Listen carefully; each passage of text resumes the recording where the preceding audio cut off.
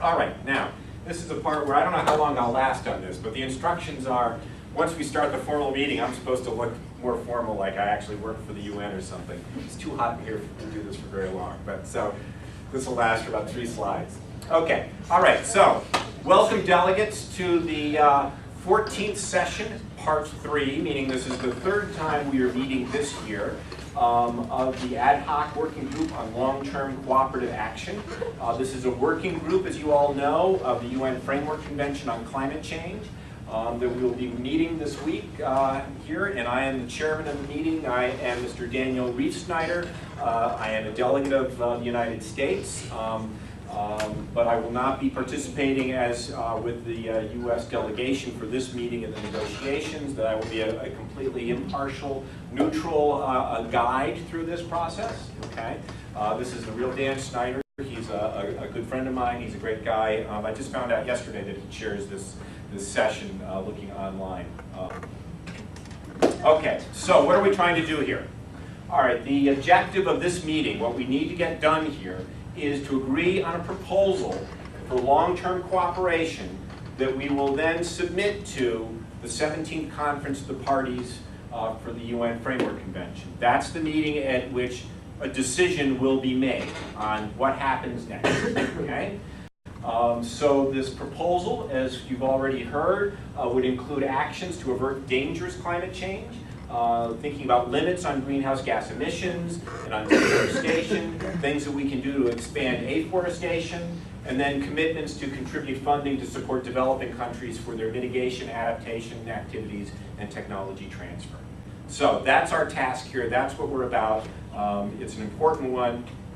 And just to kind of put it in a little bit of context, let me give you a little history of the Framework Convention on Climate Change. It was negotiated and agreed at the Earth Summit in Rio in 1992. It entered into force in 1994. You're all delegates of national governments, so you're aware of when a treaty gets signed, that doesn't mean it has any effect. You then take those agreements back home to your countries, and your country goes through some process to ratify or accede to, in some way formally say, yes, what our negotiators did for us at this international meeting, they've come home, explained it to us, and we're okay with this, and we're going to go forward. Okay, so it was a couple years later for the convention to go into force. 1997 is when the Kyoto Protocol was negotiated and agreed at the COP7, I believe it was, that was held in Japan. It took 8 years before the Kyoto Protocol went into force, okay? Because there were particular conditions that were set for it to go into force. One of them is that at least 55% of the 190-some countries that are parties to this treaty, 55% of them had to sign it and then ratify it, okay? And that took a number of years for that to happen. It can't be just any 55% of those countries. Those countries together had to add up to 55% of the global emissions of greenhouse gases, okay? So that finally happened with Russia ratifying the agreement, and in 2005, the Kyoto Protocol entered into force. 2007, the Bali Action Plan was agreed, and that was the point at which this group, the Ad Hoc Working Group on Long-Term Cooperation, was established in 2007 and given a mandate to have these discussions about, primarily, a good way to think about it is what comes after Kyoto. What happens after the Kyoto Protocol, which will no longer be in force, as you see down here. 2012, the first commitment period of the Kyoto Protocol expires.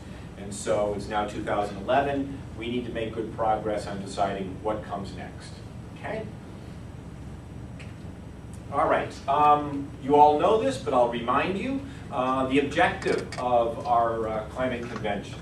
The ultimate objective is to achieve stabilization of greenhouse gases, gas concentrations in the atmosphere at a level that would prevent dangerous interference with the climate system. Okay? So a big issue here is, what do we mean by dangerous? What amount of climate change is dangerous? And then translating that into, what does that mean in terms of concentrations of greenhouse gases? Where do we need to cap that concentration off if we're going to avoid dangerous changes? Another important part of the convention is in Article 3, the principles. An important principle is this one here about how parties are supposed to be protecting the climate system. Equity is an important aspect of this, taking into account common but differentiated responsibilities and capabilities. Basically what that means is we're not all equally capable of acting to reduce emissions. We're not all equally culpable for the problems that have been caused, and so that needs to be taken into account. And following from that, developed country parties should take the lead in combating climate change. Okay? The United States signed and ratified this agreement. Okay? So the United States said we would hold ourselves to this notion that developed countries, including the United States, would be taking the lead on this, and then developing countries we would hope follow later and take up a share of the burden. Okay? The U.S. did not ratify the Kyoto Protocol, so we signed it and then we kind of ran away from it. All right. This diagram, just to give you a sense of where we are, what's been going on, going back to 1960 up until this is data through 2007. Emissions, this is just carbon dioxide from energy use. Emissions are going up. You can see how it's distributed between developed countries, developing countries, the rapidly developing ones. And then an important category, we've just got these folks all lumped together in one block with the other developing countries. But if you can see that pale blue thread, okay, that's the emissions from all of the sub-Saharan African countries except South Africa and other least developed countries that are in other parts of the world. Okay, so they're contributing. They're a population of just under 1 billion people, and contributing almost nothing to those emissions. This is showing the same information, but in a slightly different form instead of that stacked bar approach, just lines for each. And the reason why it's useful to see this is you can get a better sense of, here's the developed countries. As you can see, there was quite a bit of growth early on, from 1960 through, say, mid-1980s. And then it's been fairly flat since then. The rapidly developing countries, well, they're rapidly developing, okay? They're particularly getting very steep over in here in emissions, and that's concerning to everybody in the world. The other developing countries, steady but significant growth over time. And then this is that category of countries, the least developed countries, which are really a very minor part of the contribution to greenhouse gas emissions. Factors that are driving this. Population growth. This compares the different rates of growth in population. Here's the developed countries, here's the rapidly developing countries, and greater population growth going on in the other developing countries. But as you saw, not having much impact on their emissions. Incomes per person, very rapid growth for China, India, those countries. More modest growth for the other parts of the world. Carbon intensity of the economy. Okay? That refers to how much CO2 is emitted per dollar of GDP produced per year. And so we can see the developed countries, very steady decline over time. Okay? We're using less carbon-intensive energy to produce a dollar of GDP now than we did back in 1990. Okay? Rapidly developing countries, similar pattern, but a little odd stuff going on there.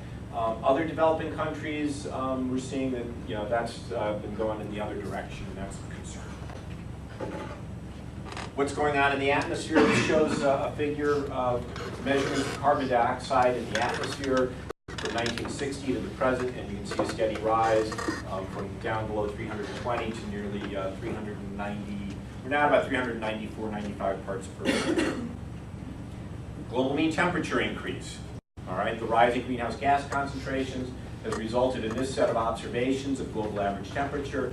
And so for those of you who want to quote your favorite scientists saying that this isn't happening, tell them that this data that comes from the Goddard Institute for Space Studies in the United States, part of NASA. There are similar data sets. There are about 5 of them around the world.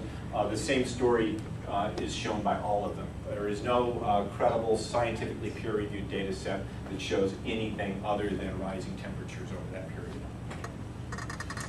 All right, the future. Let's talk about the future, because you're here to negotiate what's going to happen going forward. So this shows Emissions of CO2 from energy for the different groups. So the developed countries growing, rapidly developing, the other developing countries. So you can see that compared to where we are now, that's an enormous amount of emissions that we're going to have unless we're successful at this meeting. Okay? That the world as a whole, a 200% increase in emissions, or in other words, triple from what our current emissions are. Developed countries, over 100% increase in emissions, so more than double. Rapidly developing, over a 300% increase. And other developing countries, also rapid, large increases. Okay, so this is referring to the year 2050, and then of course by 2100 we're talking about even larger increases. All right, what we're here for is to prevent that from happening. This shows relative emissions from energy versus land use issues.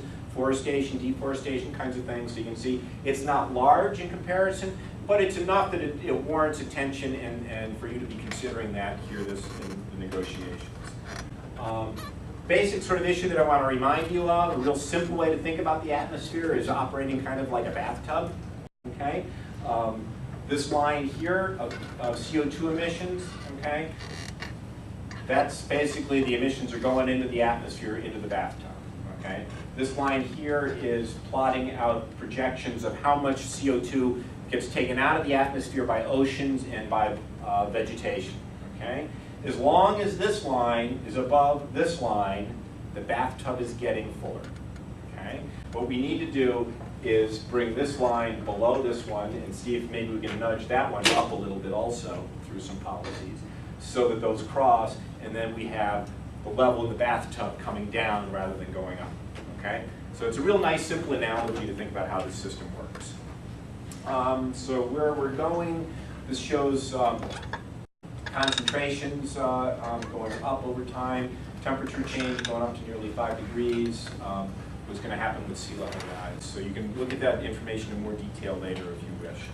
A little bit of a word about why we're concerned about this is that it impacts water, ecosystems, food, coastlines from sea level rise, health, other kinds of things that might happen. As you go from current temperatures to warmer temperatures, more severe things are expected to happen. Okay? Real problems for food security, real problems for water security. If you recall, 2 years ago in Copenhagen, we came to not an agreement, but we issued a statement that said that what we wanted to do was hold the increase in global mean temperature to something of 2 degrees centigrade or less. Okay? That is where we think is the threshold between dangerous and not dangerous. There's debate about that. There's a question of is any level of climate change safe or not? But this is kind of where we've been focusing our discussions in this group in the past. What that implies is not allowing CO2 to go above 450 parts per million in the atmosphere. And it may be that we need to go lower than that. Okay? It may be that 400 or even 350 parts per million is a long-term target we should be going at. Deep cuts in annual emissions are needed to get there. You need to be thinking in terms of 50 to 80% cuts in emissions. Okay, so enough on that. If I can get that to turn off. There we go. Okay, all right, so you all have until 10 after 7 for this first round of negotiations. So what you want to do in this beginning part here is kind of get a sense of where the group feels like you want to be going, talk about the different strategies you might take, the concerns that you have in these negotiations. I think probably at about, say, 7:05, I'll let you know we've got about 5 more minutes left, and if at that point you have not sent an envoy to the other groups, that's a point at which you should be going and talking to the other groups to see if you can come to some agreement. All right. First session is done.